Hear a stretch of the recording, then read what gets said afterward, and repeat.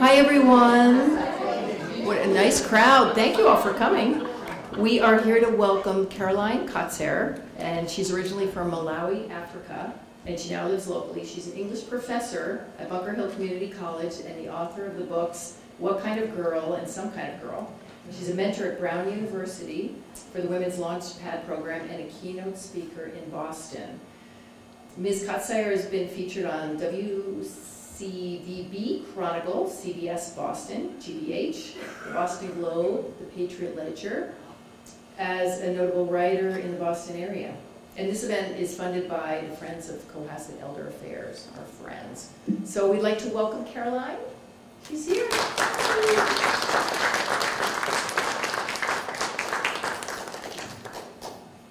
Hello, everyone. Can you hear me fine? Yeah. Excellent. Hello, everyone, and welcome to my author talk. First of all, I would like to thank Cohasset Elder Affairs for this opportunity to share my work with you. You see, I have this deep desire to start conversations that matter. And my friends always ask me why I like to talk about peculiar, uncomfortable things.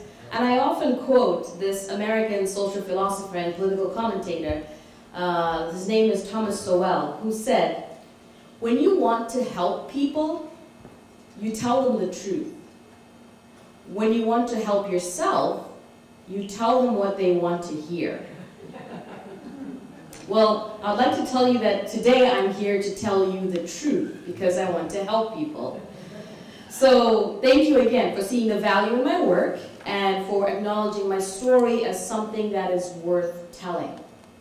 Before I continue, I'd like to mention that I'm from Malawi, Africa. I brought my flag. I bring my flag everywhere. So people in Malawi say that I forget them. I've been too Americanized and I don't remember Malawi anymore. And I said, that's not true. I take the flag with me everywhere, you know? So it's here with me. But show of hands, how many of you know of Malawi? Okay, all right. There's a few of you that know. All right, good. Thank God. Okay, show of hands. I don't have to explain everything from scratch. How many of you know where Malawi is located? I told somebody over here earlier on, so you're cheating. Okay, show of hands. How many people have heard of Wakanda? Wow, a lot of you. Okay, good. I promise there's a method to my madness. You see, Malawi is located southeast of Africa, and it's neighboring Mozambique, Tanzania. It's about a 2-hour flight up from South Africa. And if you have heard of Wakanda from the first Black Panther movie, at the beginning of the movie, there's a moment where they show you where Wakanda is located. Can anybody guess where Wakanda is supposedly located? Malawi, yes! Okay, now, Wakanda is a fictitious place. It's a fictional place. So before you go around telling people that Wakanda is in Malawi, please realize that this place is fictitious. Okay, now you know I'm from Malawi, aka Wakanda, so let's dive into the purpose of today. The great author Toni Morrison once said, "If there is a book you want to read, but it hasn't been written yet, then you must write it." I hadn't read any memoirs about Malawian women, so I thought where better to begin than with writing about my identity as a Malawian? Where better to begin than asking myself how I want to use my voice? Except there was one problem. I didn't know how to find my voice. I mean, what is a voice? And how do you recognize it? Little did I know that the key to finding my voice would be in my writing, a skill that I haven't always been good at. But no, seriously, I haven't always been good. In high school, I failed English all the time. I was in the bottom set, the class where the kids that just can't write to save their lives. That was me. But fate has a way of making you run into your purpose. In my journey as an author, I have learned that the best way to find your voice is to use it. Writing my books has been a journey that has led me back to myself. Now, I can't tell you the date or the time when it happened, But I would tell you that at the age of 27, something inside of me changed. I once heard someone say, when you get sick and tired of being sick and tired, you change. Well, I was tired of pretending to know what I was about, pretending to know what drives me and where I'm going. At age 27, suddenly I was a young professor looking for answers regarding my identity as a Malawian. And I developed a need to speak. I needed to tell my story. I needed to tell the world that I am here, I exist, my story matters. Well, coincidentally, this was also the time when I wasn't yet a permanent resident in America.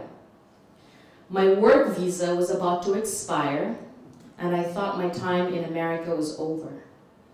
I applied at one graduate school. Well, this was after Brown University, Emerson College. And I prayed a prayer, asking God to let the decision of the school guide me into my fate, either in Malawi or America. I was open to either one. And that was my secret. As scared as I was, I stayed open to possibilities, because that openness allowed my fate as a writer to emerge. Emerson College said yes. I stayed, and I learned how to write. I have written 2 books so far. What Kind of Girl, which came out on July 31st of 2020, and my most current book, Some Kind of Girl, which came out on December 16, 2022. Today I'd like to share a little bit about the second book. The truth is, I wrote the first and second book at the same time. They were meant to be one book. They read as one. But I decided to separate what happened in Malawi with what happened in America. And simply put, Some Kind of Girl is about adapting to American culture. You see, it's not easy to leave your country and to start a new life somewhere else. It's risky business. I mean, what if you can't understand how people are communicating?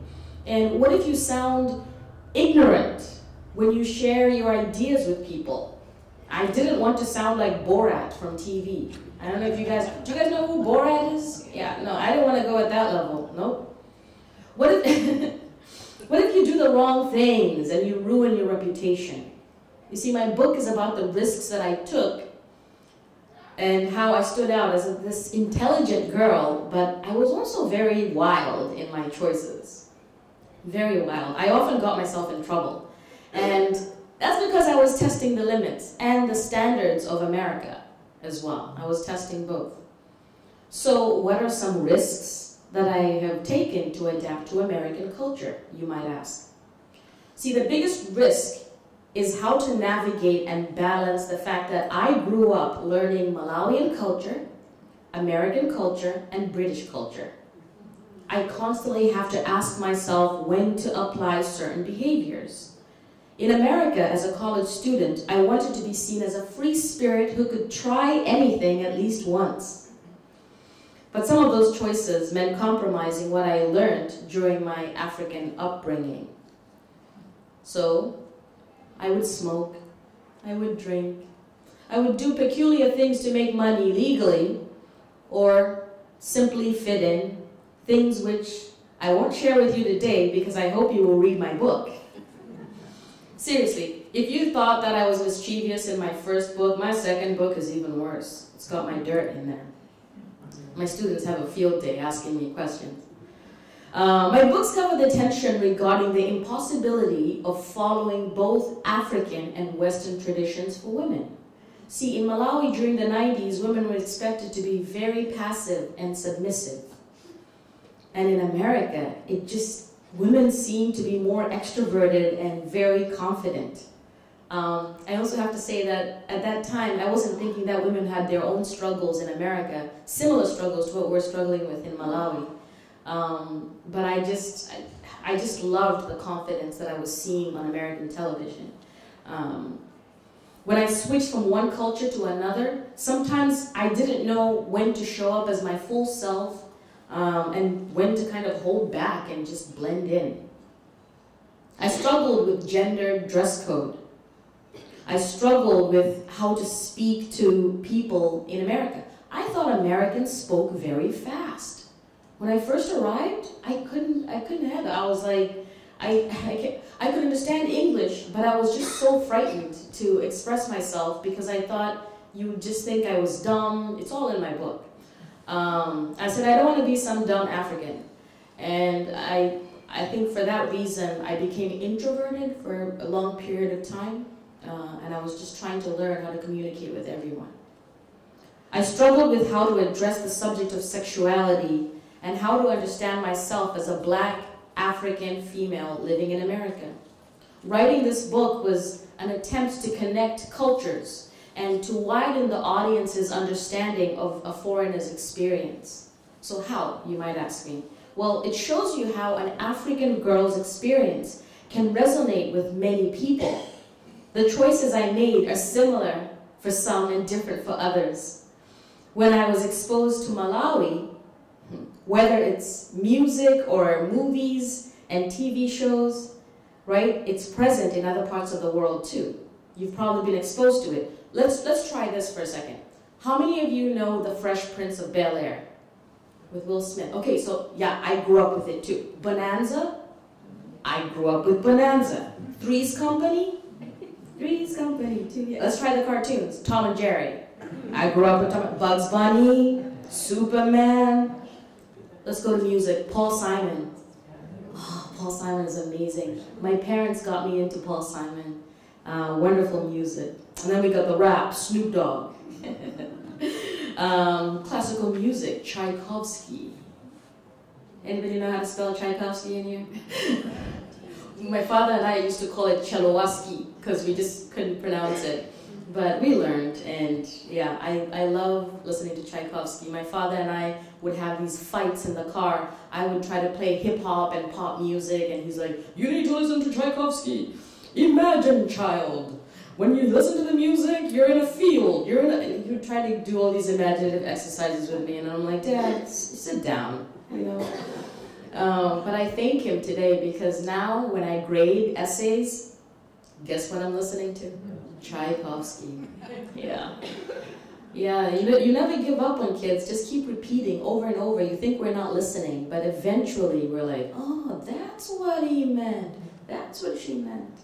But anyway, so these movies, music, all these different things connect us. I was in a different country. You guys were over here or anywhere else that you traveled, but yet they connect us. And that's how I grew up, right? We are connected in many more ways than we can think.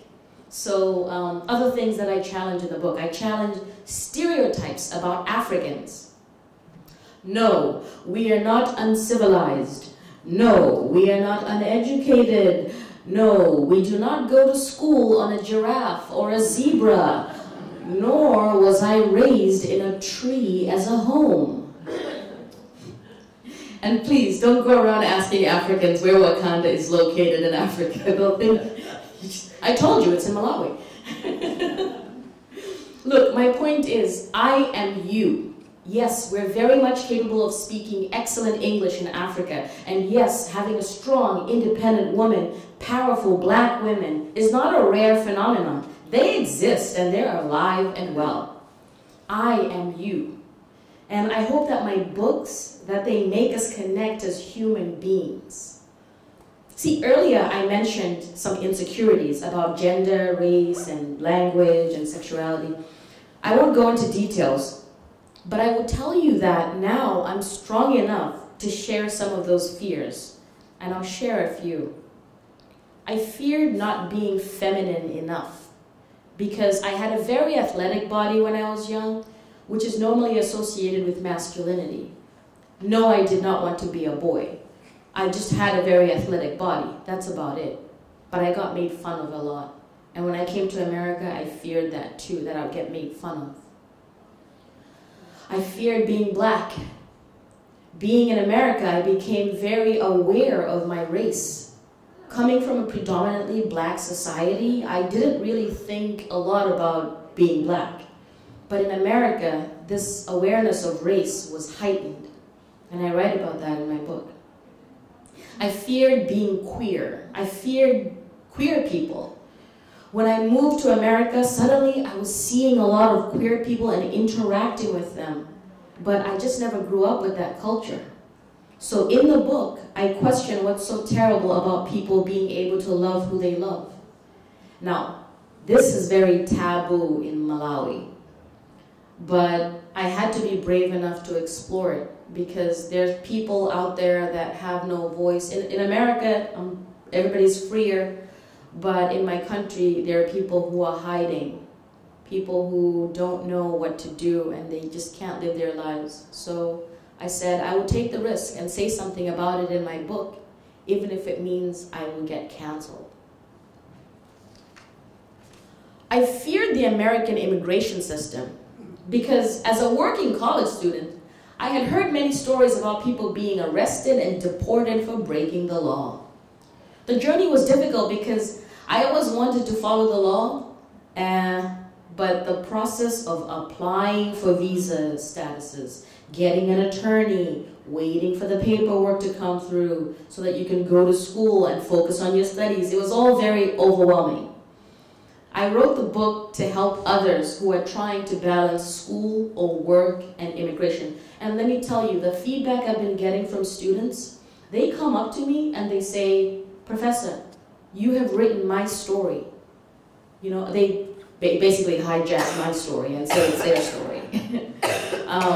But it's a beautiful thing because I thought I was alone when I was experiencing all those things. And all of a sudden, I have told the story that everybody didn't know how to articulate. I've articulated the thing that people were struggling with. And it has brought them, you know, that feeling of not being alone. Sometimes it heals them. Sometimes it cures ignorance so much. Look, they say success leaves clues. I found clues from the works of many authors. Chimamanda Ngozi Adichie, Nigerian author, Roxane Gay, my role model, Trevor Noah, and many more. I found clues in schools I attended, Quincy College, UMass Boston, Brown University, Emerson College. Yep, I've got more degrees than a thermometer. And today I continue to strive for excellence in the work that I do at Bunker Hill Community College. Look, I hope that my work, my story is a clue for others who want to achieve greatness in America and beyond. And indeed, today I call America my second home. It has raised me since the tender age of 17, and it has helped me discover my personal liberties. America has taught me how to value individuality. It has taught me how to build communities and how to be a part of a community. Now, in high school in Malawi, I learned how to be a part of a team, but I didn't know much about developing a sense of belonging. So America has done that for me. It is the reason why I came here, to discover a version of myself that is unapologetically authentic. I came here to be true to myself. So, when the great writer Toni Morrison said, "If there is a book you want to read, but it hasn't been written yet, you must write it." Well, today I'm happy to say I have written those books. They now exist. They are my children. They are my legacy. And they're the purpose that found me when I dared to be open to possibilities. So ladies and gentlemen, the best way to find your voice is to use it. And it has made all the difference for me.